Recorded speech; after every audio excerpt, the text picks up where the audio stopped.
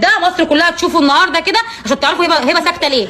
هبه ساكته عشان بتاخد حقها بالقانون، عشان ولا احنا بتوع اعمال ولا احنا بنطلع نعمل كده ولا بنطلع نقول ده جابت اجله ولا ما جابتش اجله. ابنك ما كانش بيعيش غير في حضن انا الحمد لله، يعني حتى لما بعدت عنه انت كنت سايباه، كنتش عايزه حاجه منه غير ان هو يفتح لخالد مشروع ويتجوز محمد ويحقق طموحاتكم ويجيب ترابيزات بلياردو وبينج، ده اللي انتوا كنتوا عايزينه.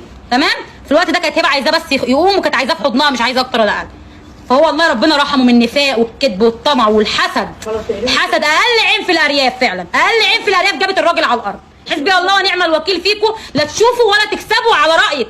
ربنا اللي يحمل يشيل، والكذب يتحاسب عليه الكبير والصغير. يلا اطلبي منهم بقى يقروا الفاتحه الشيكه يلا. لا هم كده كده بيقروا الفاتحه الشيكه. تصبحوا على خير يا شباب، ما تنسوش مريم في دعائكم، وخلوه يعني ايه ينام النهارده مبسوط كده، عشان هو كان النهارده كان جاي لي في الحلم زعلان، كان جاي زعلان من وساخه الناس اللي حواليا.